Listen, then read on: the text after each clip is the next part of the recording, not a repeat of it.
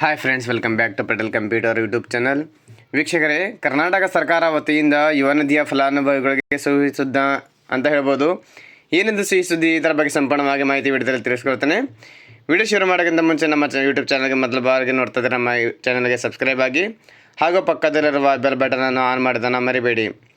ವೀಕ್ಷಕರೇ, ಯುವ ನಿಧಿಯಲ್ಲಿ ರಿಜಿಸ್ಟ್ರೇಷನ್ ಮಾಡಿದ ಡಿಪ್ಲೊಮಾ ಹಾಗೂ ಪದವಿ ಪಾಸಾದ ಫಲಾನುಭವಿಗಳಿಗೆ ಹೊಸದಾಗಿ ಯುವ ನಿಧಿ ಯೋಜನೆ ಶುರು ಮಾಡಿದಾಗ ಡಿಪ್ಲೊಮಾ ವಿದ್ಯಾರ್ಥಿಗಳಿಗೆ 1,500 ರೂಪಾಯಿಗಳು ಹಾಗೂ ಡಿಗ್ರಿ ಪಾಸಾದ ವಿದ್ಯಾರ್ಥಿಗಳಿಗೆ 3,000 ರೂಪಾಯಿ ಪ್ರತಿ ತಿಂಗಳು DBT ಮೂಲಕ ಹಣವನ್ನು ಪಾವತಿ ಮಾಡ್ತಾಯಿದ್ರು.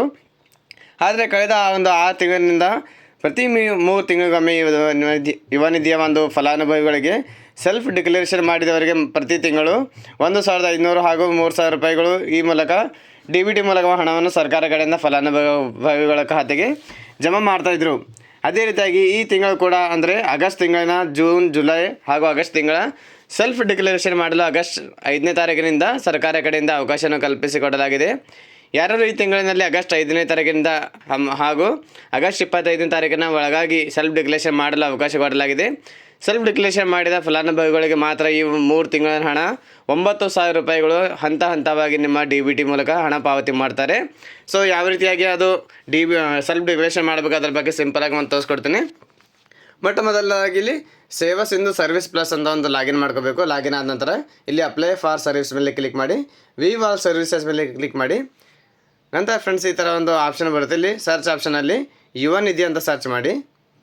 ಯುವ ನಿಧಿ ಅಂತ ಸರ್ಚ್ ಮಾಡಿದರೆ ಇಲ್ಲಿ self declaration unemployment self declaration ಅಂತ ಇದೆ. ಇದರ ಮೇಲೆ ಕ್ಲಿಕ್ ಮಾಡಿ.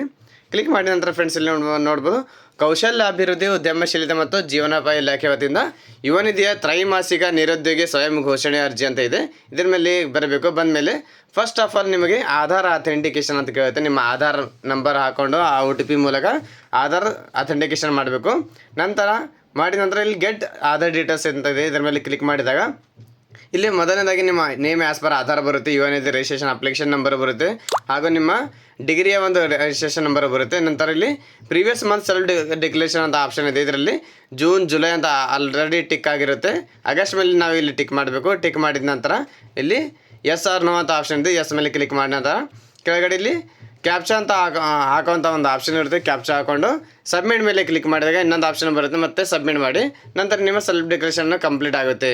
ಸೊ ಇಷ್ಟು ಈಸಿಯಾಗಿ ನೀವು ನಿಮ್ಮ ಮೊಬೈಲ್ನಲ್ಲಿ ಕೂಡ ನೀವು ಸೆಲ್ಫ್ ಡಿಕ್ಲರೇಷನನ್ನು ಮಾಡ್ಬೋದು. ಸೊ ಇನ್ನೋರ್ಗೆ ಯಾರ್ಯಾರು ಡಿಗ್ರಿ ಕಲಿತು ಯಾರ್ಯಾರು ಈ ಥರ ಒಂದು ಡಿಕ್ಲರೇಷನ್ ಮಾಡಿಲ್ಲ ಎಲ್ಲ ಪ್ರತಿಯೊಬ್ಬ ಈ ಒಂದು ವಿಡಿಯೋನ ಶೇರ್ ಮಾಡಿ ನಾನು ಮತ್ತೆ ಭೇಟಿ ಆಗ್ತೇನೆ ಮುಂದಿನ ವಿಡಿಯೋ ಜೊತೆಗೆ. ಅಲ್ಲಿವರೆಗೆ ನಮಸ್ಕಾರ, ಧನ್ಯವಾದಗಳು, ಶುಭ ದಿನ.